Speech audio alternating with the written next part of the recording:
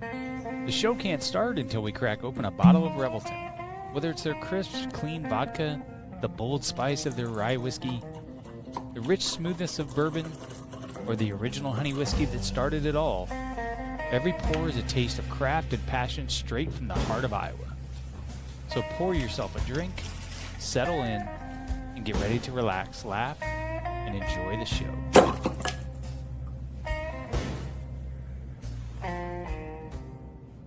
Hey, it's Andrew Downs. I'm proud to support Three Beards Media, and I would love to work with you. If you need merchandise for your company, organization, band, softball team, whatever, I can help. From name brand apparel to promotional items, large orders or small, online stores, and more, I can help your brand stand out. AKC Marketing is local, based in Johnston, and we are an employee-owned business, so our costs are low and our turnaround times are fast. But most importantly, we give you personal service to make sure you get exactly what you're looking for. Email me at andrew@akcmarketing.com or find me on social media, and let's make some cool stuff together. Now sit back and enjoy this Three Beards Media podcast.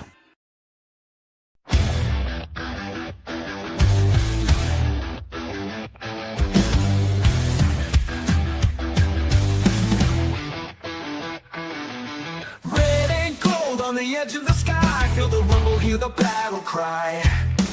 Out in Ames where the storms ignite, we don't back down, we rise and fight. Jack Tri-State's name, yeah, it echoes strong. A story of honor still marches on. Through the rain, through the pain, through the fire we roar, cause we were built to thrive in the eye of the storm. Feel the ground shake, hear the crowd roar. Cyclone power, can't take no more. Legends rise, this is our norm. We stand tall in the eye of the storm. There's a cyclone blowing on the outskirts tonight. Jack Trice shakes when the team takes flight. Milton's rocking, hear the magic call. We rise together, we'll never fall. All right, welcome back to In the Side of the Storm, where we talk all things Cyclones. We are live from the AKC Marketing Studio with Andrew Downs and sponsored by Revelton Distilling Company out of Osceola, Iowa. Along with Iowa Beef Steakhouse, the great Julia Bradshaw, and Styled by JJ Boutique. And now the official realtor of the show, Jenny Farrell with RE/MAX. I'm Dave Larson here with my Storm Team partners and Cyclone greats, Mr. Vintage Brent Big Play Curvey. Welcome back. We have missed you, buddy. Appreciate it, man. Appreciate it. And the legend, Marcus Pfizer. Marcus, good evening. How are you? Doing well, getting kind of cool here in Vegas. We're not used to it right now, but What? we'll cool, take it. A cool See a little 85? storm sliding in. It's about 73 right now. Oh, that is cold. Yeah. Well, so much has changed since we last spoke, but first we have two guests that we're really excited to have on. Gentlemen, presidents. Last season, of course, we had Deshaun Jackson and Joshua Jefferson, thus Jackson and Jefferson. This season, we had Joshua Jefferson and Blake Buchanan, so the team of Jefferson and Buchanan. Two guys who have been part of the presidential feature and the presidential tour names. We're glad to have you on. The camera picks you up almost every game, and even the games that are away games, right? We welcome the presidents of Ames, Nick Menson and Kyle Levi. Guys, how are you? It's nice. Yeah. Tired, man. I'll tell you that. Tired? You guys are students. This is you're just getting up for breakfast now, aren't you? At 8 o'clock at night, right? Nah. Sometimes. Funny enough, I actually work production at my local church, so I was up at 7. I was there at 7:25 a.m. this morning, so I've been up for a bit. Well, we're going to keep that in mind because I have problems with adjusting screens that everyone sees. So we might need to have you as a producer on the back end to help me out from time to time. All right. So guys, let me show a quick picture here. And I think we've all sort of become accustomed to seeing you guys in the different venues, and especially at Hilton Coliseum. I had the chance to meet a couple of you the Sweet 16 weekend in Chicago. There was a big celebration pregame before the Sweet 16 game that ended in heartbreak in Chicago. So how did you guys get started on this whole presidential feature? Where curious minds really want to know.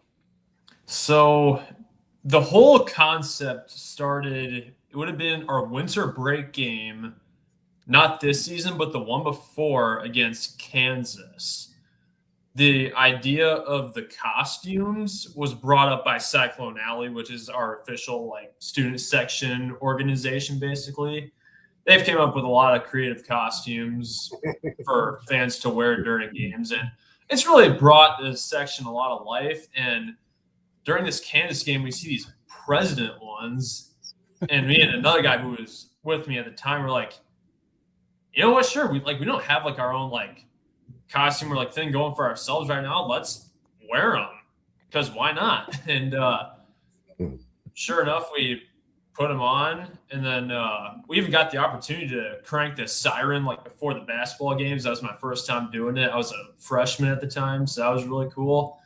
And from there, the whole idea of it just really caught fire. I mean, the TV cameras were loving it. The fans were coming down and asking us pictures, you know, back when Deshaun was still here. And I remember it was after our home loss against Kansas State on that whiteout.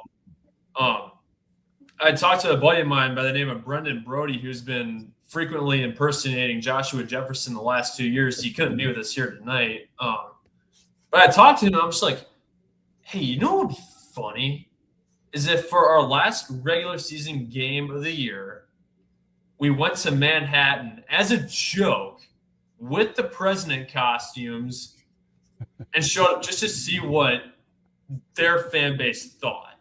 Mm-hmm. And even some of the K-State fans thought it was genuinely kind of cool. And that was kind of the same impression that we had got from it during the Big 12 tournament this year when there were still a few of them hanging around. So once we kind of took that idea into effect of going to road games, we were like, we can't not go to postseason games at this point. The fans love it too much for us to not be there. So with us also being college students, you know, we're broke. So like, you know, what? You guys don't get NIL too? Working on it next year. Working on that. Yeah. But, well, hey, we were broke college students at the same time. Right. We're not these kind of college students now. These student athletes. So we register with you guys. Uh-huh. Yeah. In year one, the postseason, I kind of told Brendan after the K-State game, like, you know, it'd be funny. It's like we don't got any like midterm exams. It's the week before spring break. You know what? If we can't quite afford all of it, let's like throw out a GoFundMe or something and see if we can get like $50 to contribute toward ticket costs and gas for what we had left in the Big 12 tournament. And unfortunately, we lost against BYU in that really high-scoring game. Oh, yeah. But we had so much funds from that left over that we're like, okay, let's use them toward March Madness if we're, you know, playing somewhere nearby. And sure enough, we were playing in Milwaukee. So we took funds from that. We had more people giving us more donations in Milwaukee. So we had basically that entire first and second round weekend covered. And then, you know, after that first season, we're like, there's no way we're not doing this again. With that, we're at every game of Big 12 tournament this year, as well as every game of the NCAA tournament. Most of it funded by fans. That's kind of been the story of it. It's been something that's been by high demand by our fan base, and we love it too much to not do it. We love giving them a great experience to add with their one that they're already getting on these postseason runs. So we've enjoyed doing it. Mm-hmm. So you're telling us that this was intended to be just a one-off game, and then you had so many people coming up to you at the game, and you thought we should continue to do this. Yeah. I mean, yeah. During that K-State game, KCCI, they sent Jeff Dubroff, who now is out in Tampa, but he had tweeted something along the lines of, by land or by sea, the presidents have arrived in Manhattan. And any Iowa State fan following KCCI or Jeff Dubroff saw that and retweeted, and that thing just went viral. And that's kind of what led to all this, you know, word of like all the fans going, we need to get the presidents to every single postseason game that we can. So where did you get the outfits from? Did you like think, oh, we'll just go down? It's not like you have a closet somewhere. Did you go out? Was it around the Halloween? Did you make them? Did mom and dad make them? Were they in a basement somewhere? Where'd you get the outfits? Cyclone Alley got from like a Party City or something. Yeah. So they were cheap, but they worked. Yeah, They still they've work. been worked. We've added a couple things over the years. The chains, the sunglasses, we swapped out a couple of times, but it's been about the original costumes through and through. Nice. So I did see that you guys had tweeted this year, or maybe I'm not sure where exactly I saw it, that you were seeking GoFundMe donations for this year's tournament run. And when I saw you over in Chicago, I had asked, so how much, so you got enough of a GoFundMe? And the answer was, Yes. Absolutely, we do. Yep. I think it was, we got more than what we needed, in fact. Yeah. So what are the plans for next season then? Because one of the presidents is graduating. Now we do have sort of a new president coming in by the name of Johnson. Mm-hmm. That was signed over the weekend. That's part of the 5-person signing class that's being brought in off of the transfer portal. Is one of you going to go old school? One of you going to go more mid 60s? What's that going to look like next season? I don't know if we've sat down and discussed that yet. I know I mentioned this earlier to the rest of the group. We have a bond with the UNI transfer, so maybe our manager will dress up James Bond style with a tuxedo going. Okay. That was my next question. So we're going to have a president and James Bond. Maybe.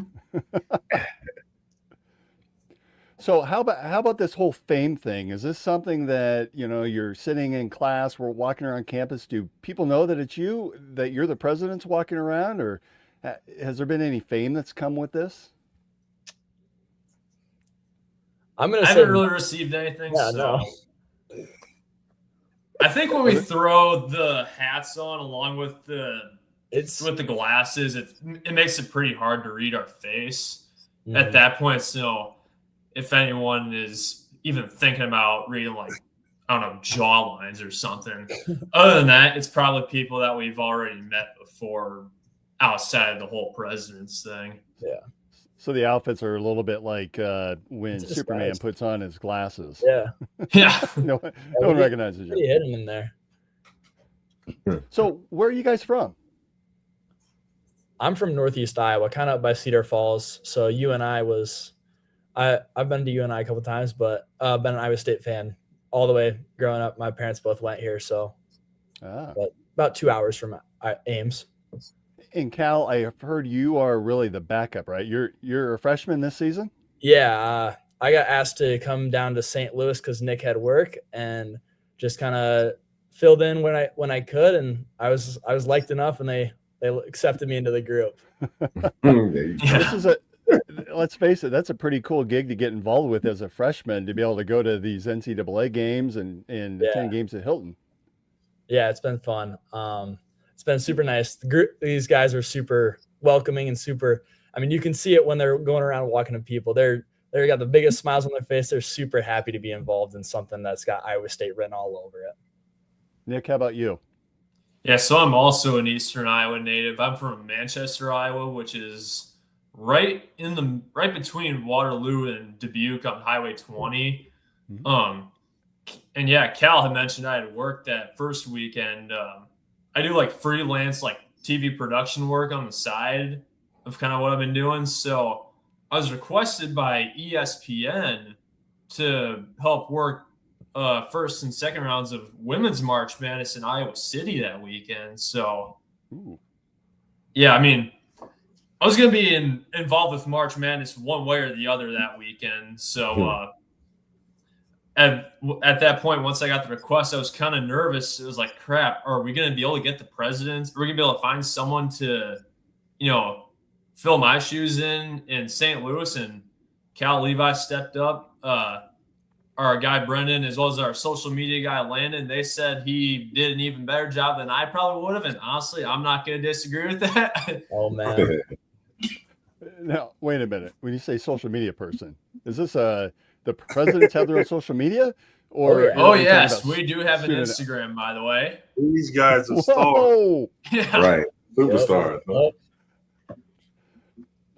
Now, did you grow up playing the sport or just a fan?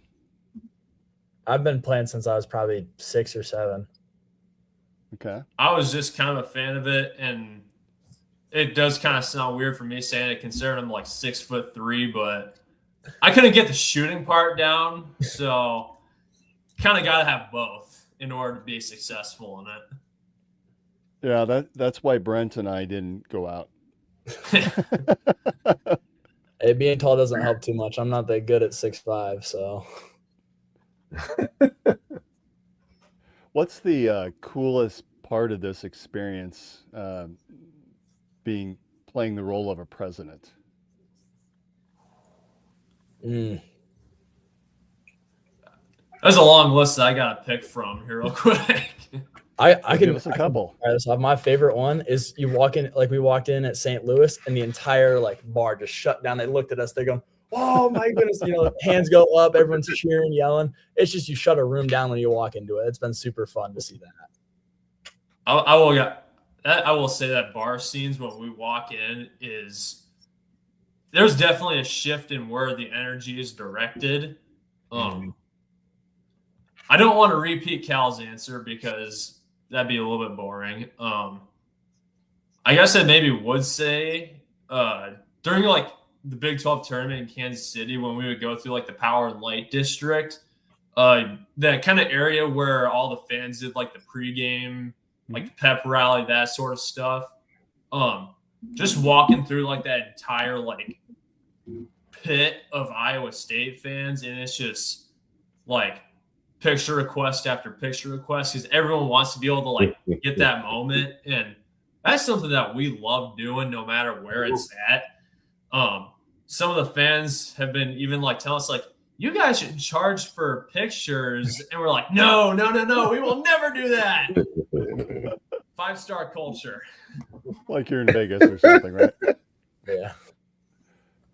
Well, one of the things, we do have a sponsor for Performer of the Week, and it's the We Will Pizza Performance of the Week. And I want to give the award to you guys today for that. So I want to play a quick commercial to recognize you, and then we'll come back on the other side and have a couple more questions for you, if that's okay.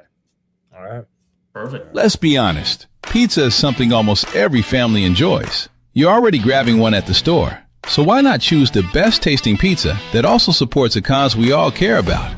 That was the challenge behind We Will Pizza. Create the ultimate frozen pizza for Cyclone fans.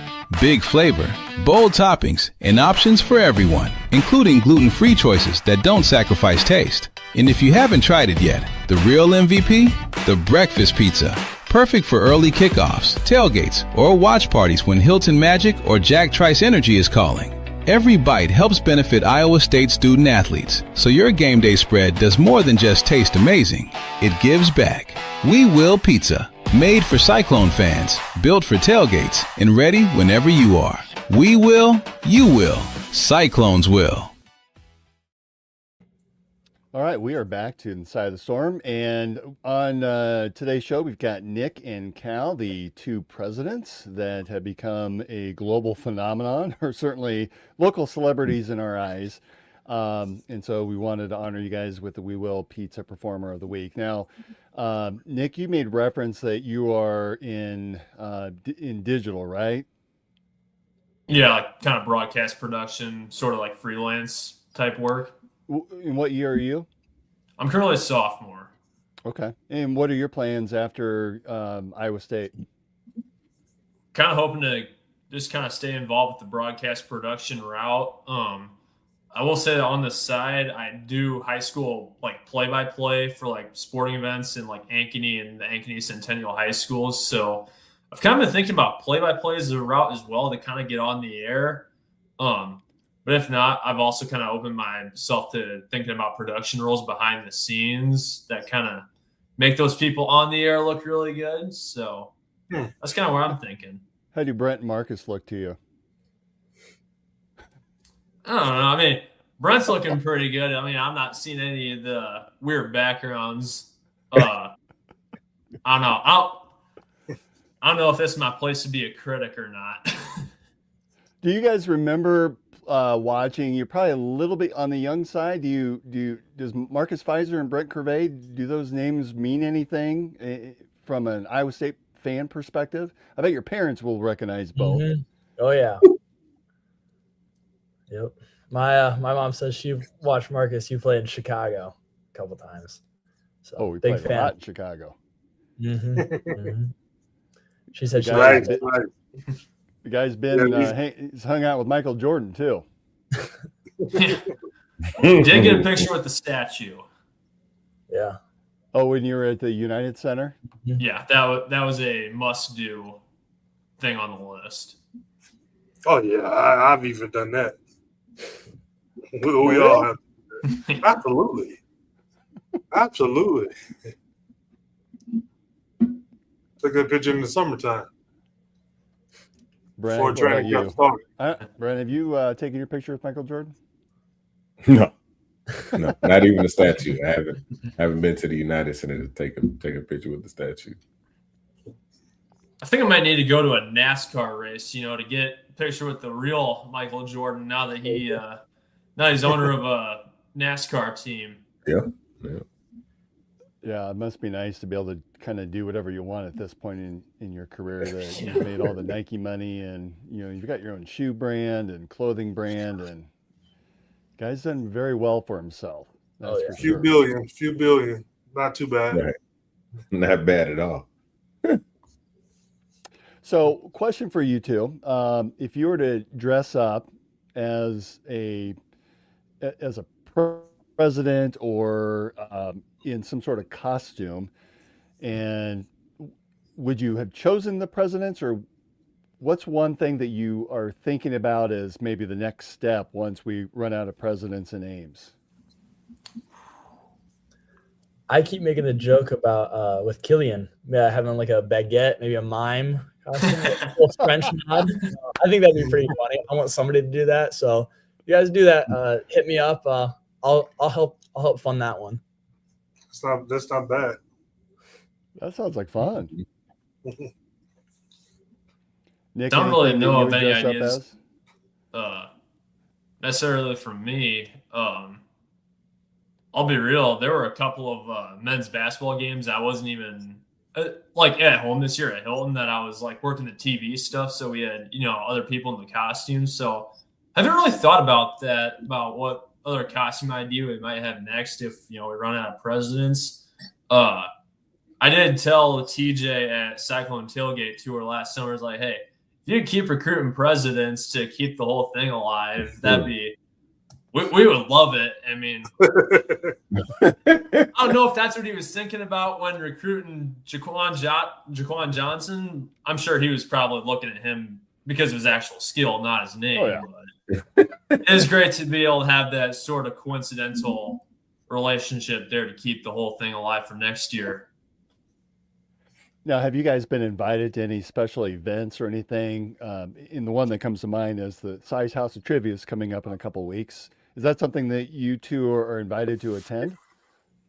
I haven't even thought about that, actually. Correct me if I'm wrong here, Nick. I believe somebody invited us to a wedding, like how you have Cy at an event. Oh yeah, yeah. I remember that. She wanted us to be the ring bearers for that one. Oh, that's impressive. That is impressive. I'm going to keep that one in mind. Might need to do some sort of goofy little dance down the aisle when we deliver those. Yeah, choreography lessons. At least I will personally. I can't dance. Well, all you need to know for a wedding is Juicy Wiggle, right? So yeah, no, I got that good one to go. Oh, we could do that down the aisle right there. Yeah. I go to bed. So it's not well known, but Brent owns and runs Coach's Kolaches in Clive, and there's been some camera footage that we can't find right now of him doing the Juicy Wiggle as he's making kolaches. Is that right, Brent? Yeah, That's search long and hard and let me know what you find out. That's how Christian I did it at on the Jeff back Trucks end. though in Kansas gear, so I don't. That's I right. rock with it. That's I right. with the juicy wiggle, it don't matter. Brent's son plays football at Kansas, so we have to kind of bear with him. All right, Nick and Cal, it's been a pleasure to have you on. Certainly wish you guys the best of luck. Looking forward to seeing you guys at some of the future events for basketball season. Have you thought about doing anything for football? We've been talking about it. We got to see who's playing. We've been looking through the roster, so we got a couple names we got our eyes on. All right, that sounds great. Well, I got to look out for that. I got to look out for that GoFundMe because I'm definitely gonna send some funds you guys' way to help keep this thing rolling. Yeah. We rarely ever talk about it during football season, but once postseason basketball hits up, that's like the one thing that gets pushed on Twitter, mostly by Iowa State. We had a couple guys down from, I think it was Baylor at St. Louis, that wanted us to. There's like a Iowa State group down in Baylor, and they got some scholarships. They're like talking about how if we ever come down, they got a tailgate just for Iowa State folk down in Baylor. Jeez. I think we're gonna try and hit up that one maybe. Nice. See, you are the celebrity is just spreading across the Big 12. So congratulations. Congratulations to the president. It's been fun watching you guys. We're looking forward to the next season as well. Thanks for joining us tonight, and we'll take a quick break. Come back on the other side. Yeah, we appreciate you having us here.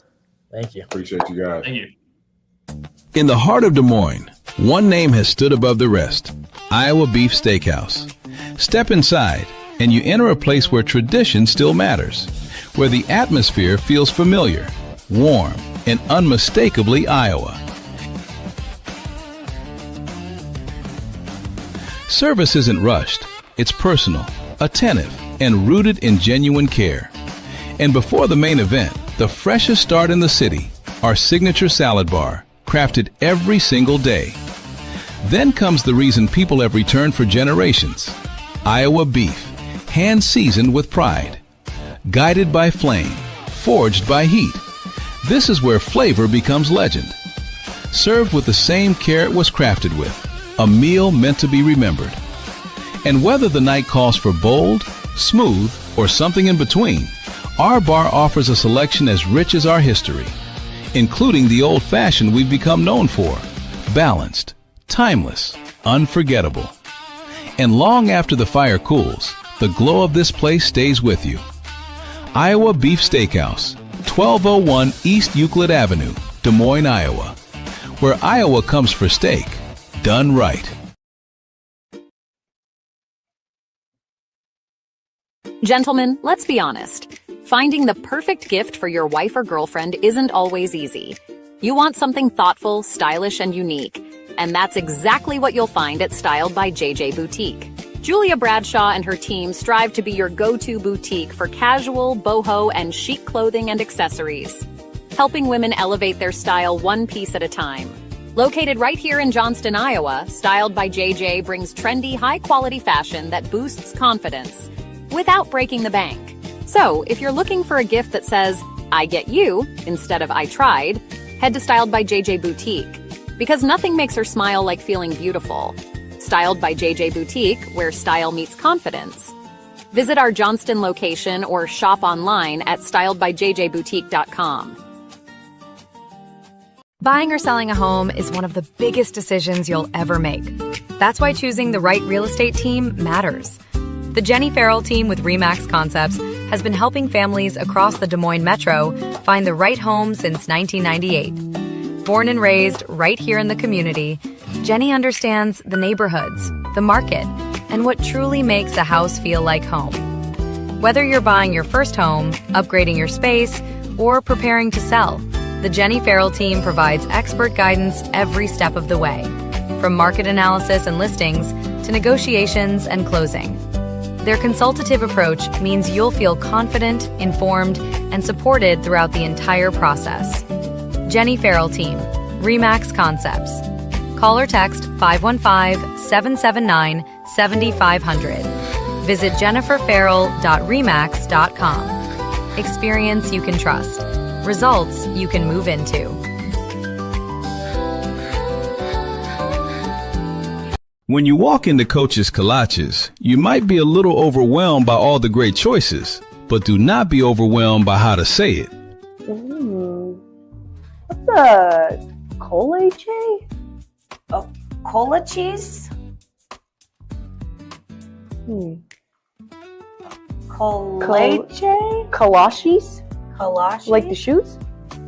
No, that can't be right. It's kolache, but it don't matter what you call it, as long as you call it good.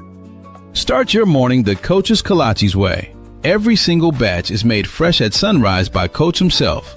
You can taste the care in every bite. Craving something savory? Go with that branded Texas flavor. Warm, hearty, and packed with down-home goodness. Or maybe you're craving the sweeter life. Then you've got to try the fruit-filled kolaches or those soft, fresh cinnamon rolls that practically melt in your mouth. Got that game day fever? We got just what you need at that tailgate. How's it going, man? Good. Tailgating this weekend. Yeah, what can I get Big you? one. Give me a dozen jalapeno sausages and 6 each of the sausage and bacon. And listen, we all know how good these are, so you better get more than you think. So run, don't walk to Coach's Kolaches, 2777 100th Street in Urbandale, or call ahead for big orders at 515-802-6200. All right, we are back. Boy, that was fun watching or hearing from those two. Yeah, that's cool.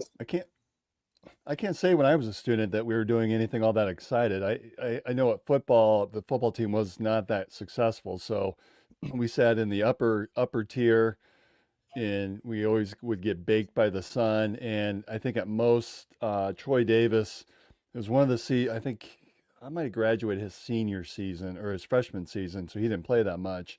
But then when McCarney came in and he started to run for 2,000 yards, the student section would have that sort of digit where they put up the numbers to tell you how many yards that he had on the season. That was probably the most that the students got involved in something like this. I could imagine dressing up as Big Play Curvey, though. That would have been pretty cool to see. Yeah. You would have never saw me. I was never out. I never did anything, Dave. Stayed at the house. How many touchdowns did you have in your career? Yeah, what? At least you had at least 3 touchdowns. Yep, I did. But you wouldn't have saw me to celebrate after. That's all. No. Well, I would have scored and went right back home. I did actually go out that night, but I was away. I was out of the way, Dave. Nobody really got to see me, man. In and out. Come do my job, get back home and chill. Bring the party to me. So today's news, a bit of a bummer with Milan Momcilovic announcing that he's not only entering the NBA draft, which we knew he was going to at least explore it, but he's also placing himself in the transfer portal. And I think we all sort of get it. I think there's only so many dollars. I was listening to Cyclone Fanatic last week, and their podcasts were inferring that they're hearing up to $3 million a season, if not more, that Momcilovic was being offered by other schools. That number could maybe even go higher than that. I think that if anything, Milan's decision or announcement today at least allowed TJ to sign and fill all 5 openings for scholarships that he needed to without having to wait. One of the predicaments when you have Milan sitting out and sort of in this gray area of am I going, am I staying, that there's only so many dollars that go around. How much money do you give out to the players that you're trying to bring in? And having enough for Momcilovic, if he should elect to stay, or at least him announcing that he's leaving gives the coaching staff an opportunity to fill those seats. It's just sort of a bummer that if he decides not to enter the draft or to stay entered into the draft, he won't be a Cyclone. You guys have any thoughts on that? I think the possibility of him getting drafted is going to be high. But if he wants to possibly look at bettering his position, first of all, he's going to have a better season next year than he had this year. You know, which I'm not saying is not possible, but the way he shot the ball this year, they're going to look to have some kind of improvement on that all-around game. But if they're offering $3 million, then that's not a bad idea to maybe think about going that route and staying for as long as he can. How much of a position, how higher of a position he going to put himself in the NBA draft possibilities, I really don't know, because you really can't foresee what the season is going to be like for him next year. But you know, I think he will get drafted if he remains in the draft. But again, if they're offering $3 million, you know, entertain that as well. It's a lot of money to have to turn down. Brent, one of the things that has really crossed my mind, and it's similar to Audie Crooks, that I think it tarnishes Audie's legacy as a Cyclone to not finish. And I'm talking about a Marcus where, you know, Marcus went into the NBA. He went to the next level. If Milan ends up not playing in the NBA this season and ends up in the transfer portal, goes to another school, I think that tarnishes his legacy as a Cyclone. What are your thoughts? I mean, it's, you know, I don't know. This age of the game is so different for me. So I'm kind of, you know, I don't know, I'm kind of in between. I'm indifferent. Just because the reality is a lot of these kids aren't truly looking to create legacies at these schools. You know what I mean? You have the rare cases of Attainment Lipsy that come through the program and stuff like that, and they're all about it. But the reality is guys with a certain skill level, like it's about opportunity, right? If we can do well at this school, like I show you we do well at this school. Well, somebody comes knocking on my door, and this is like you know, pretty big increase. These guys become seniors.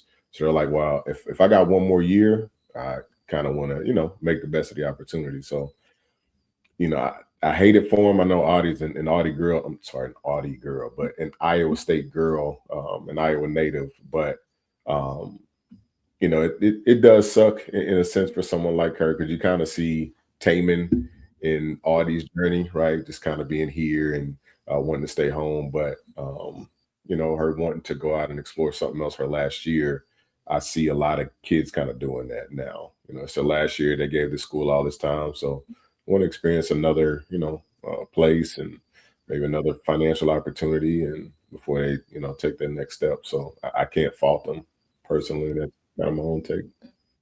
And Marcus, I have a feeling you know the answer to this, but really it's for both. What are the requirements for being in the Iowa State Hall of Fame? It seems like you had to have graduated from Iowa State. Would you have had to play or be a part of the program all 4 years? Or could you, in theory, have played 4 years and transferred and played a fifth season at Iowa State as long as you received some sort of degree? You're automatically eligible. What is the eligibility for the Hall of Fame at Iowa State? I hadn't done none of those. I didn't play for 4 years. I didn't graduate. I hadn't graduated either. So I really don't know what the criteria was. I just got a phone call or email saying that I was being inducted.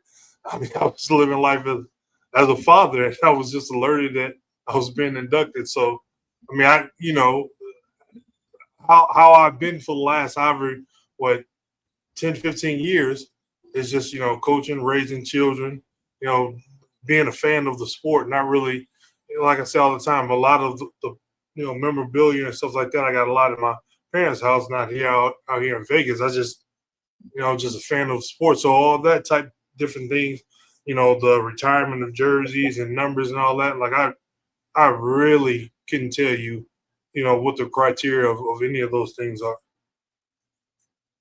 Well, and maybe I misspoke, and it's really the jersey piece of it, but it feels like there needs to be a shift. And we brought this up with Tanya Banks a month or so ago with the gymnastics program, where I think she's now part of the committee that looks at things like this. But here we are, players like Audie Crooks, significant impact, Milan Momcilovic, significant impact. I think we can all agree it's a pretty raw deal when you have someone like Marcus Fizer that's all world at Iowa State that still can't get his jersey hung. And it's not like you transferred schools or you quit. You went to the NBA, right?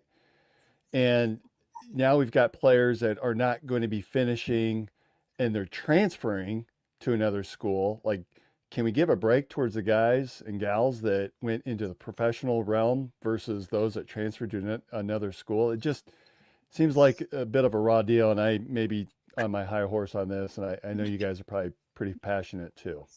Well, yeah, I kind of understand where you're coming from on that. And the dynamic of everything has really changed. I totally get it and understand. I'm not, they say rules are made.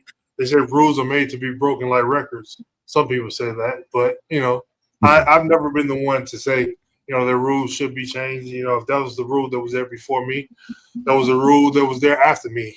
If the powers that be, decide to change it and decide to, give me that honor, absolutely, I will welcome it. But I still have some things to do on my end during the course of the rule being set right now, on the outside of the rule, one way or the other.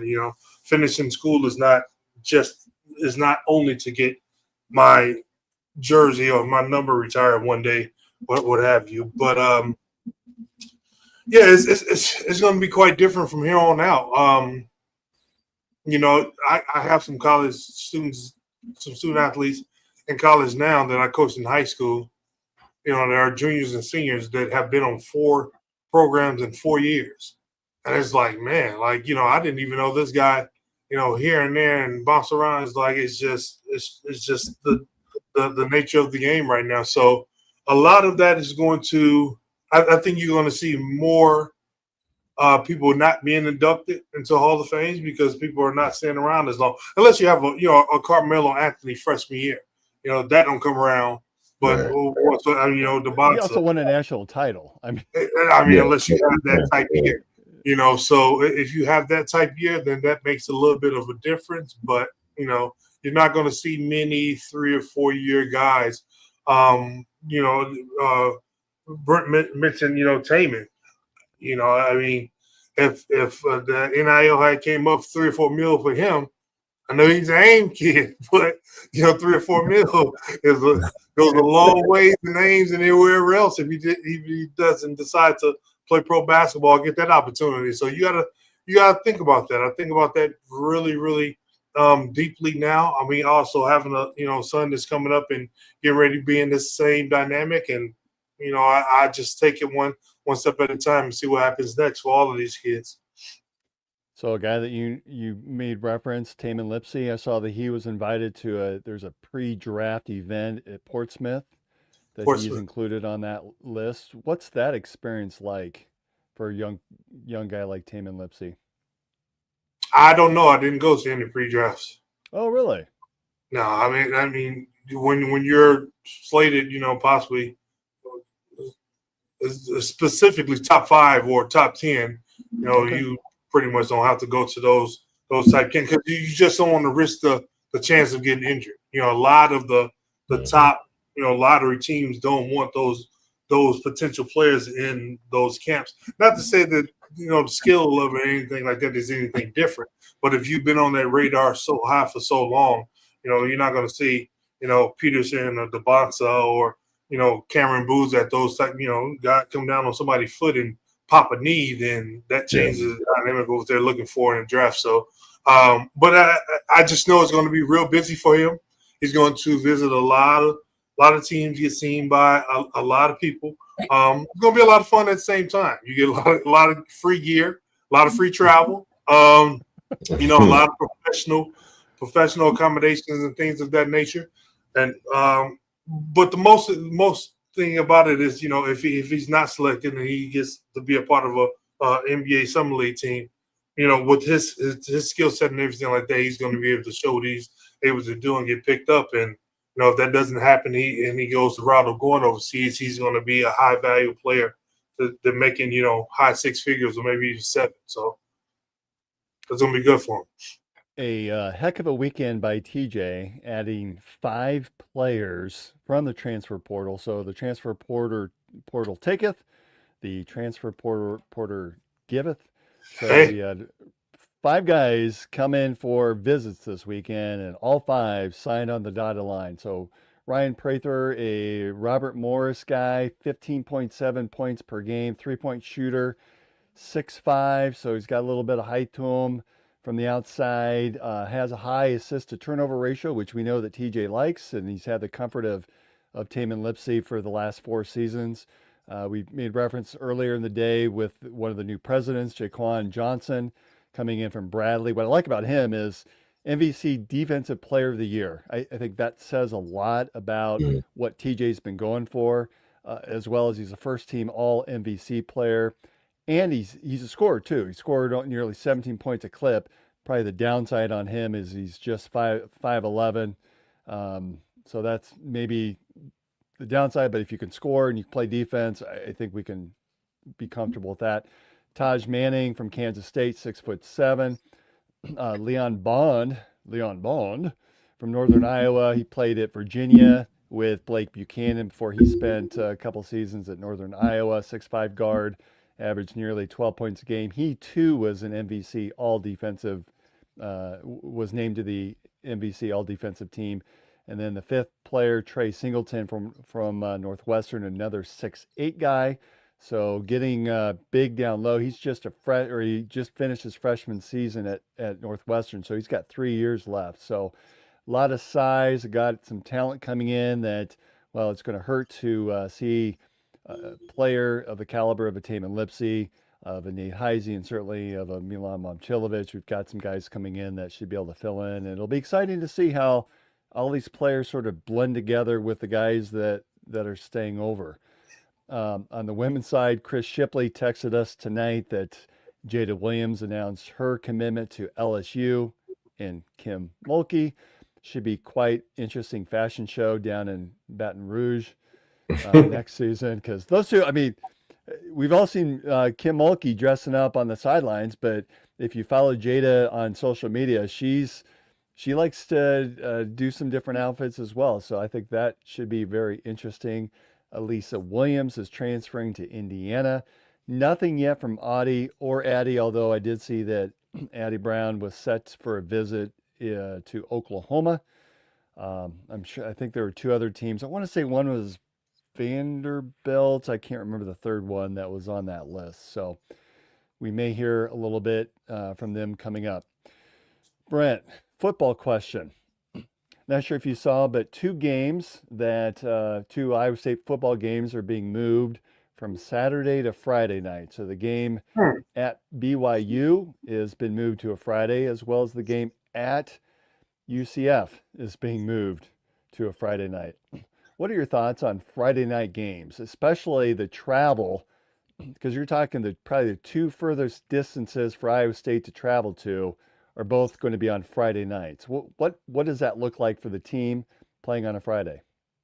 I mean, so practice-wise, it's a short week. I'm assuming there's a Saturday game before both of those games. So, yes. I mean, that just shortens a week like crazy. So you pretty much get off the bus, or playing, Saturday, the game's over, you're right back there Sunday. So you don't really get that day off like we normally would, and right into it. So those kind of suck from a player's perspective, just because it's such a quick turnaround. You really don't get the day off, the time to kind of rest and recover. Always good when you're a starter and the coach is like, all right, well, you guys are going to lighten it, be more of a mental day for you. You know what I'm saying? But, and then Thursday travel, and then into the Friday game. So, you go from 4.5, 5 days of prep to 3, 3.5, 4. So it's tough. It's a lot more film study that's involved. So I know back in the day, if we had like a Friday game, we'd sprinkle in just a hair towards the end just to kind of put it in our minds. So we kind of, had some sort of semblance of what the next team would do type of thing. But we would kind of study ahead ourselves. But yeah, it's just short weeks, man. Hopefully they lighten the load. We'll see. But Fridays are one of my favorite. I was glad to leave that behind as a high school kid. You know what I'm saying? Let's play on Saturdays, because eventually the goal was to play on Sundays, or those Thursday night games too. So does it matter that whether it's in Manhattan, Kansas versus in Provo or in Orlando, does it matter the fact that the distance is that much greater playing in a short week, or does it matter? Does it just not matter because either way you got to hop on a plane or a bus? Yeah, I mean, you're hopping on the plane, I'm sure. Especially the Provo and what was it, Manhattan? Is that the other game that switched? It's UCF. Oh, okay. So yeah, they're hopping on the plane. So it'll be, regardless, it's a plane ride for the guys, so it's not a lot of difference for them travel wise. But it's just a short week aspect. The quick turnaround from a Saturday and then right back into a Friday game. Recovery is a little different. Things are sped up that week, so it gets kind of jumbled up. But one of the things I saw, and I know you were not able to make it, but there was sort of a welcome back where they brought back a lot of former players to interact with the coaching staff, interact with the players. I think that's a smart choice by Coach Rogers to do that. How does that come about? And I guess from a former player's perspective, what are your thoughts on being invited back for events like that? Well, being that for a minute I wasn't invited, I'm all about it. I love new coaches that, they open the doors to former guys and allow them back in the facilities and, see the guys come around. Because you were here, some guys don't like the change and the add and mixing the old with the new, right? Because they just want to learn what's new. But I definitely appreciate stuff like that, man. Coach Mack was a big piece of that. He reached out to a couple guys and asked if we were going to be around to make it up to it last weekend or the weekend before to meet the coaching staff, stuff like that. So then bringing Mack in, he's always kind of the glue. He'll reach out to all of his guys that he knows still have relationships, and we just kind of pass the word around and try to make it like a mini reunion. So yeah, I was wondering how that worked. Is there a big text chain or email chain that goes out, or it sounds like Coach Mack is the spear then? He's the one that's reaching out, contacting everyone? Yeah, I mean, there's a couple of guys. I'm in a chat with quite a few older guys from, other years there. And so, everybody else, we talk obviously amongst ourselves there. And then there's hey, make sure you tell everybody else that's around type of thing. And, 30 guys, we always keep up with other guys depending on where we are type of deal. And just spread the word, man. Well, I know you're up there fairly regularly with classes, so yeah, sounds like you're getting a chance to. Have you had a chance to stop in and meet the coaching staff? Not yet. I been too hectic on my end from school and classes and everything else. But it's I get up there and because I want to be kind of a part of it and meet the guys. So heard really good stuff about them too, especially with the guys that came in town last week. And I've talked to quite a few teammates that were there. So I look forward to getting up there and meeting them and talking shop with them a little bit. Any insights that you're able to share, or is it a little too soon yet? Nah, it's too soon. Okay. Yeah, too soon. I haven't seen it with my own eyes, so I can't, say much of nothing, man. Well, it just has to be a unique experience because there's just so many new players that are coming in and trying to learn names and learn coaches, learn positions, learn sort of what the pieces that the coaches are trying to put together in the system and all that. I bet the spring ball is you've got to have your head on a swivel and really be focused and locked in, because if not, you're going to miss out. Yeah. I mean, usually spring ball defense does better, especially with a new coaching staff. Defensively, it's a lot easier to pick up pieces because scheme never changes. It's all about the disguise, right? Like with cover 2, cover 3, cover 4. But it's a matter of how we disguise it. So a lot of those units will pick up better. So I bet, and plus he's the defensive guy. I bet the defense does, they'll come out swinging a little bit better than the offense will start the year. So that'd be my personal opinion just on past stuff. And the team has announced they're having a spring, I think they're calling it a showcase, which I don't know that we exactly know what that will mean, other than some sort of practice or scrimmage we'll be able to watch as fans. It's on the 25th.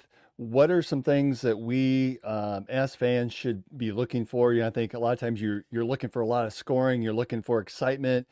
Should we care about that, or should we treat it as this is a practice, that this is more for the players and the coaches than it is for the fans?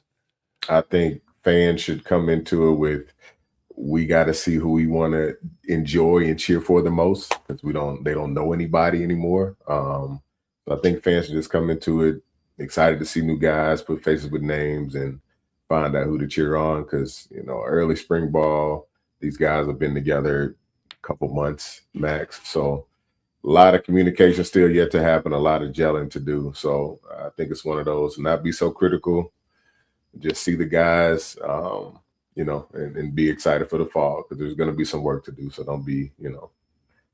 don't be surprised. Very well said. I want to bring up before we close for the night that Tracking the Storm, our sister podcast, I listened in a couple of weeks ago. They had part 2 of an interview with Cyclone and former Olympian and sprinter Danny Harris. Talks about his struggles with drug abuse and addiction. So would really recommend that if you're a Cyclone fan, he's a familiar name, played football and ran track until track took over and became his commitment. And there was the right choice, because he ended up making the Olympics and breaking the great streak that Olympian Edwin Moses had over the years. And then tonight they had on former Cyclone Tom Randall, who had played in the 70s and was drafted and played in the NFL. So if you haven't been listening or watching Tracking the Storm, I would certainly encourage everyone to take a look at that. Obviously, we're going to have, now that all the men's slots been filled out of the transfer portal, I think now it's just sort of watching to see what happens with Momcilovic. The NBA draft isn't until late May, so we probably won't see a lot other than whether he elects to pull out or if he elects to stick in. Marcus, you feel very confident he will be drafted. It's just a matter of where, based upon his shooting ability, where and when, right? Yeah, I think the opportunity for him is big and dynamic for what he brings to the table, the skill set. Like in the pros, as people say all the time, like, that guy averaged 5 points a game. How did he get drafted so high? And then he gets into the NBA and that averages 5 points and 14 rebounds and 7 blocks. It's like, oh, because there's more facets to the game than just blocking shots. I think in the couple, I don't know if it was the last NFL draft or the year before, it was a cornerback that hadn't had a interception in his career in college, and like he was a first round draft pick. It's a lot of different intents. Is that Sauce? No, Sauce had a bunch. I remember that though. I can't remember what that was. It was recent. It was recent. I was like, man, but you understand that the pros quarterbacks are going to throw at you a little bit more opportunities. You may not get as many opportunities in college, but the next level sees that. We're probably not looking for Milan to do anything but come off screens. Steph Curry don't have to dribble the ball unless he wants to dribble the ball. Majority of the time, you just run them off screens, handing them the ball or fading, and you just do what you do and shoot. And then in today's NBA, they're letting guys get up 14, 15 threes. The Champagne guys, I'm watching the Spears Champagne, one of his brothers, I think, is in Brooklyn or in maybe in Philly. I forget exactly where his brother is, but that's all those guys do is shoot. So you got that skill set to shoot the ball. I know we've had guys like Freddie that come through and who went to the league as a shooter and stuff like that. If Fred Hoiberg had the opportunity to shoot as much as these guys have to shoot now, man, Freddie would have made $100 million easily. It was his shooting. But, it's different now. So he can't go in thinking about, exactly what he did or didn't do, or it's not about ball him. It's about the analytics, about the X's and O's, and putting you in a position to maximize the potential that you have, and they're going to do that.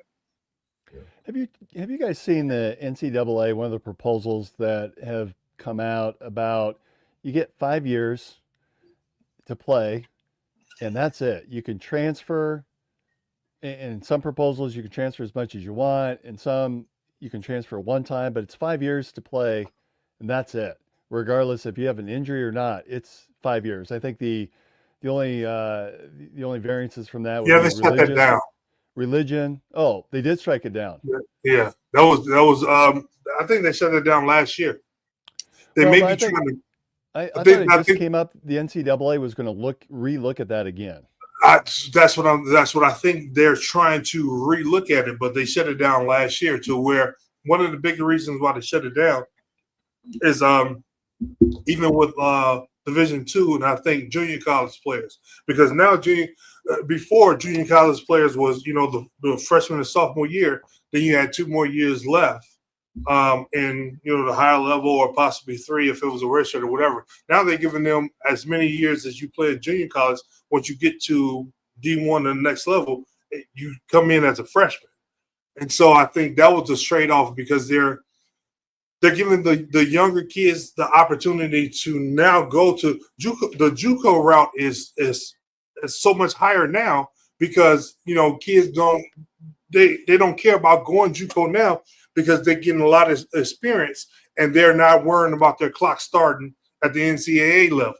So when they shut it down last year, I think it was like September or whatever, it was because of the fact of them being able to, because you got all of these older players in the higher level that are transferring.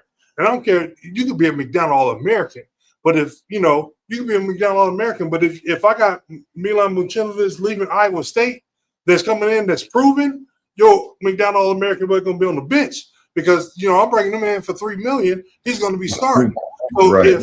if that type of high school player, even if they're not a McDonald All-American, if they're coming in and like, well, I will go to JUCO route and still have my years of eligibility left after the older guys moved on, that put me in a position to come in and play, then that's what they're doing. So they may be trying to bring it back up, but I know for a fact last year, around about August or September, that they shut it down, and that was the biggest reason about it. Would you support 5 and 5? Like, that's it.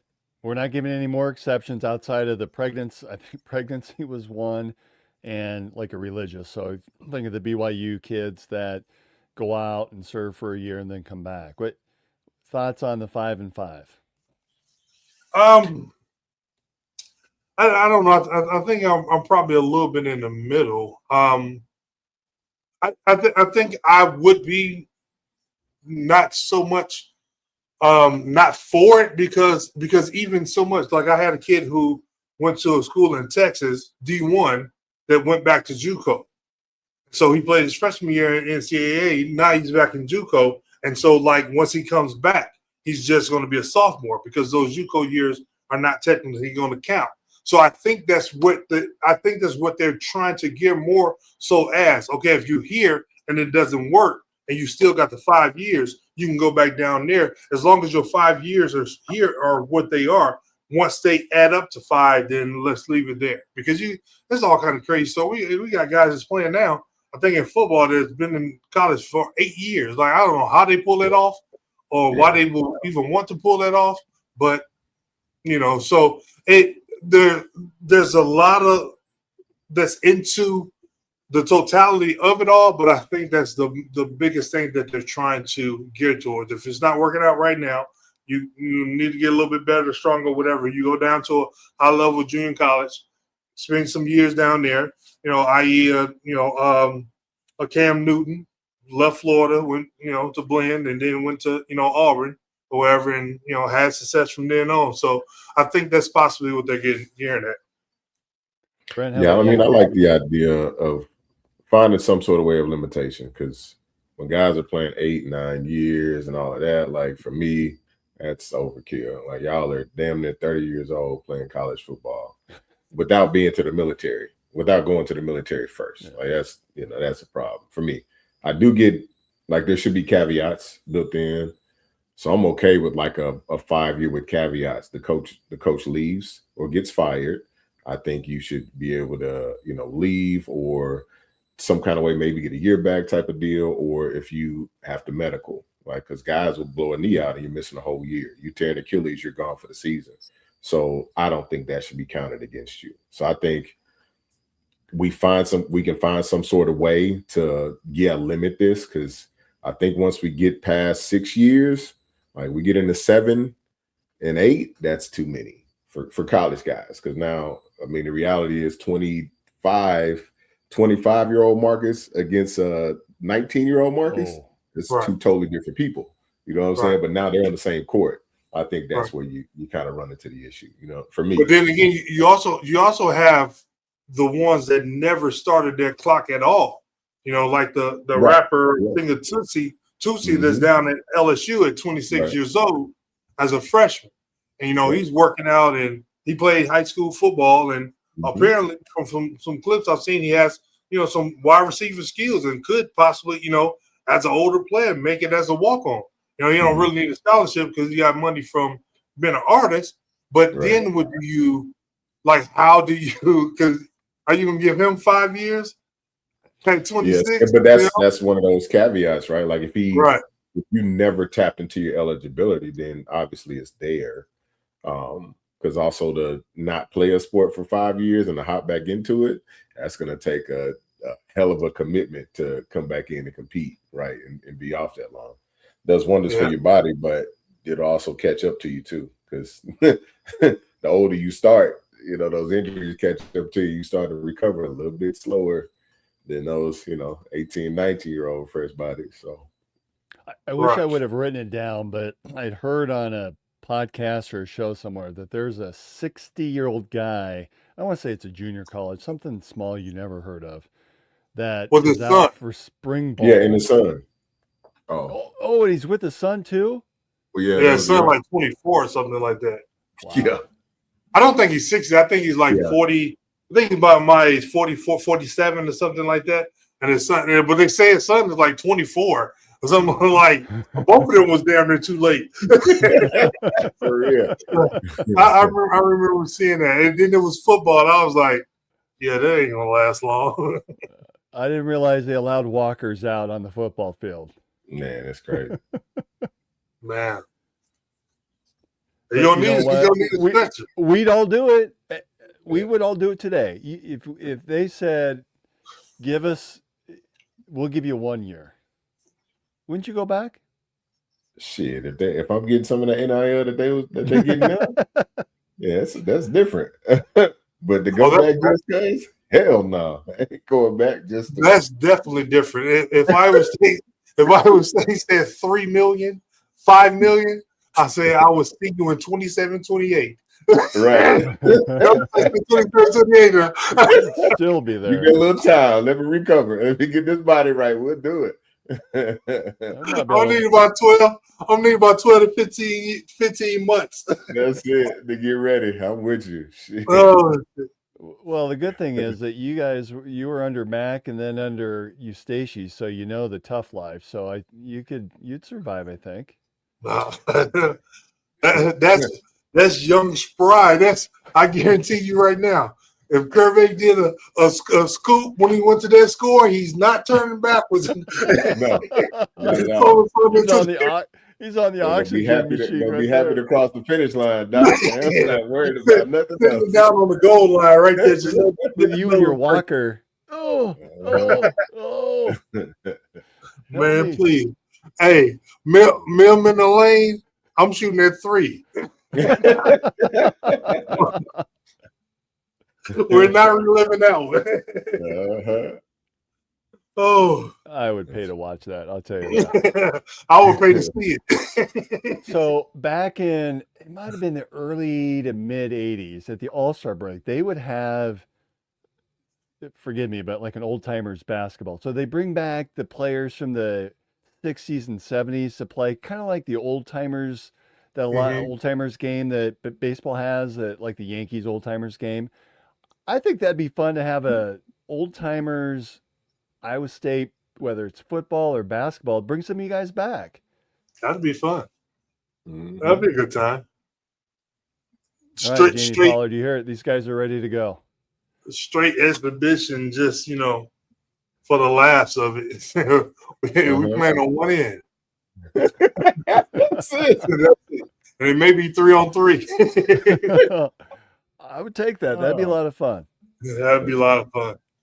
All right, guys. Hey, thanks everyone for joining us. Again, thanks to the presidents for being here tonight. Remember our sponsors. Without them, this would not be possible. Obviously, the Revelton Distilling Company, our title sponsor, sitting here with my Revelton again tonight, as well as Iowa Beef Steakhouse, our studio sponsor, Andrew Downs and AKC Marketing. Again, styled by JJ Boutique and We Will Pizza and Creasman Foods, as well as our newest sponsor that we brought on, the official realtor of the show, Jenny Farrell with RE/MAX. Thanks everyone for joining us. We'll see you next time. Go Cyclones. Go Cyclones. Go Cyclones.